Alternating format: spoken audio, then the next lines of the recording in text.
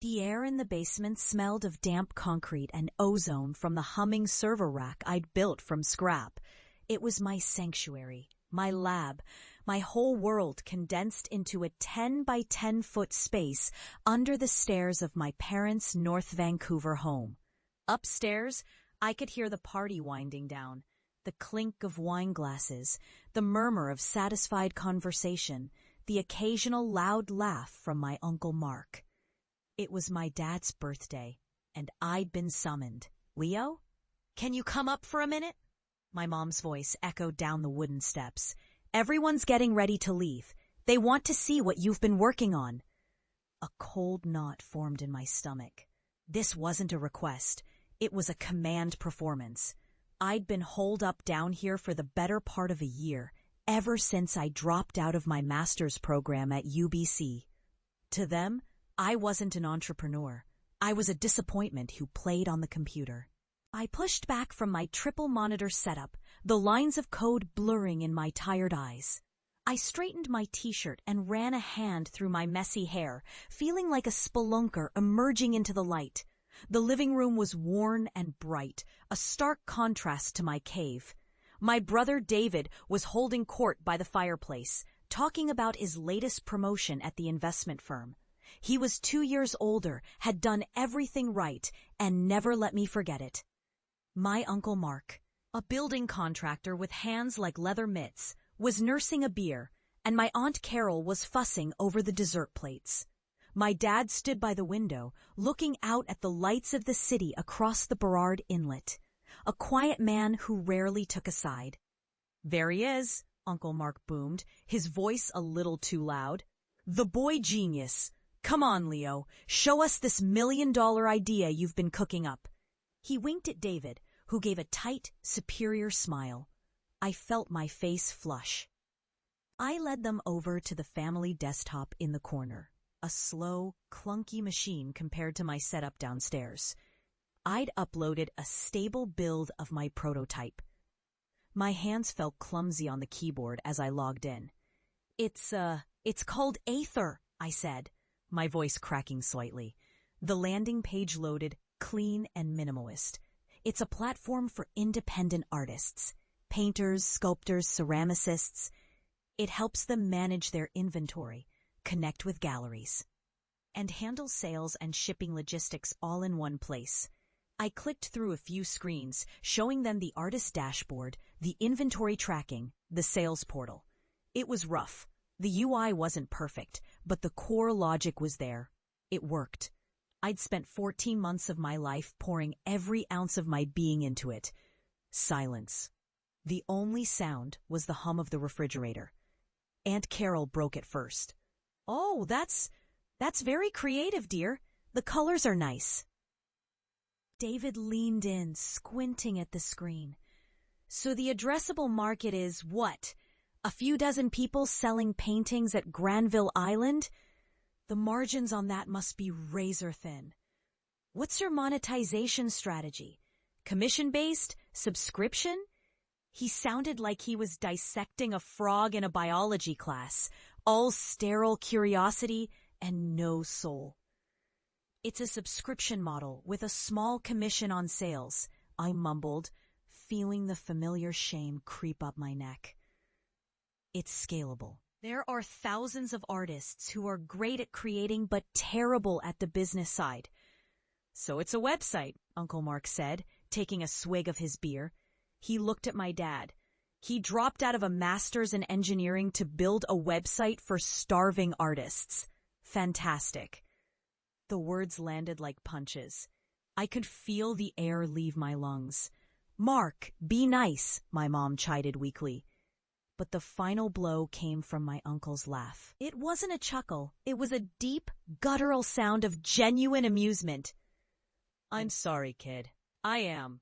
But you really think you're going to compete with the big boys? With Amazon? You think some painter in a garage is going to pay you a monthly fee for this? You'd be better off getting a real job. Your dad could get you a spot on one of my crews. Good, honest work. You'd be outside at least." I looked at my dad. He just stood by the window, his back to me. His reflection, a stoic silhouette against the dark glass. He didn't defend me. He didn't say a word. In that moment, his silence was worse than Mark's mockery. It was an admission of defeat on my behalf. I closed the browser window. My hands were shaking. "I think you guys should probably go," I said, my voice barely a whisper. The ride to the airport a week later was silent. My mom had pressed a wad of cash into my hand.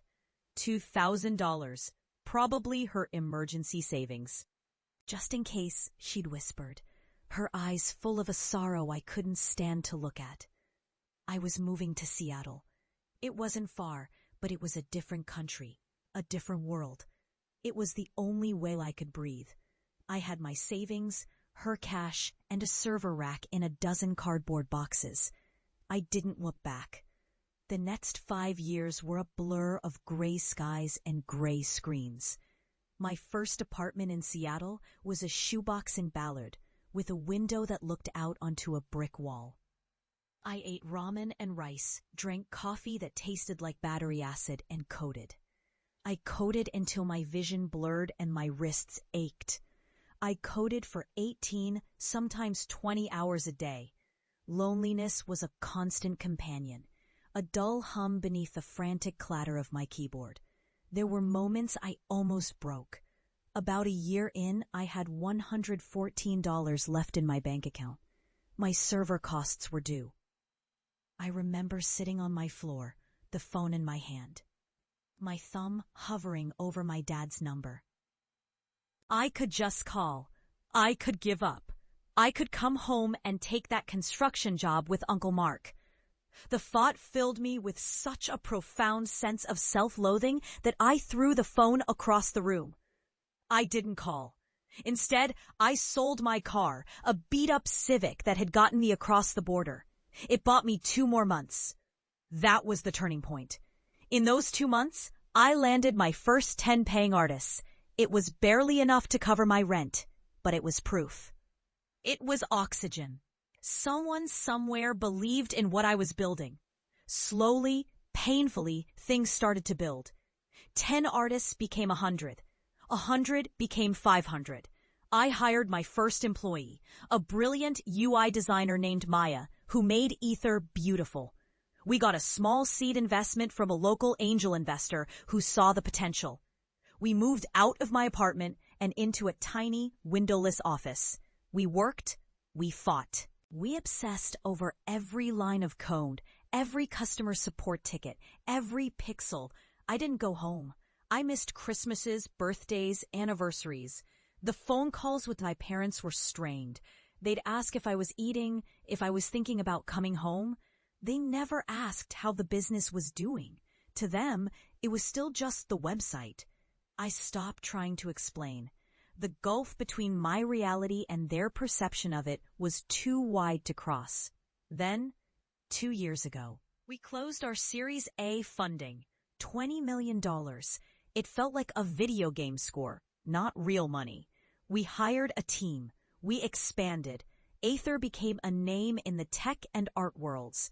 We were written about in tech journals and art magazines. I was still just the kid from the basement, but now I had a board of directors and 100 employees depending on me. The success felt hollow sometimes, a distant echo. The shame of that night in the living room had burrowed deep, and no amount of funding could quite dig it out. The acquisition offer came on a rainy Tuesday morning. Trident Interactive, a software giant. The initial number they floated made me laugh out loud in the middle of a board meeting. It was absurd, but they were serious. 3 months of grueling negotiations followed, a whirlwind of lawyers and accountants. The deal closed on a Friday. I signed the final papers in a sterile boardroom high above the Seattle skyline. I walked out, got in a cab, and went back to my empty apartment. I ordered a pizza and sat on my couch, staring at the wall. The number echoed in my head, $120 million. The kid who built a website for starving artists was now, on paper, wealthy beyond his wildest imagination. I didn't feel joy. I just felt quiet. The fight was over. The silence was deafening. A month later, an email from my mom arrived. Dad's 65th birthday party. A big one this time, at a restaurant downtown. She ended the email with, "It would mean the world to him if you could be there. We miss you." For the first time in 7 years, I booked a flight to Vancouver. Landing at YVR felt strange. The familiar green of the mountains, shrouded in a soft gray mist, was a sight I'd forgotten how much I missed. I took a cab to my hotel, the city sliding by my window. It was the same, but I wasn't. I walked into the private room at the restaurant, and it was like stepping back in time. The same faces, just a little older, a little grayer. My Uncle Mark, his gut a little bigger. Aunt Carol, her hair a different color. My brother David, looking sharp in a tailored suit, a beautiful woman on his arm. My mom saw me first and rushed over, her hug fierce and desperate. My dad was right behind her. He put a hand on my shoulder, his grip firm. "Leo, you came." His eyes were misty. I just nodded, a lump forming in my throat. The evening was a series of awkward conversations. "So, you're still in Seattle? Still doing that computer thing?" No one asked for details. They slotted me back into my old role, the quiet, lost cousin, the eccentric, underachieving son. I let them. I nursed a glass of whiskey and watched, feeling like a ghost at a feast. We were just finishing the main course when it happened. David was scrolling through his phone, his brow furrowed. He did that a lot. Always checking the market, always connected. Suddenly, he froze. His eyes widened. He looked up from his screen, his gaze locking directly onto me from across the long table. The chatter and laughter around us seemed to fade into a background hum. "No way," he whispered, his voice tight with disbelief. His fiancée touched his arm. "What is it, honey?" He didn't look at her. He kept staring at me. There's a press release." From Trident Interactive.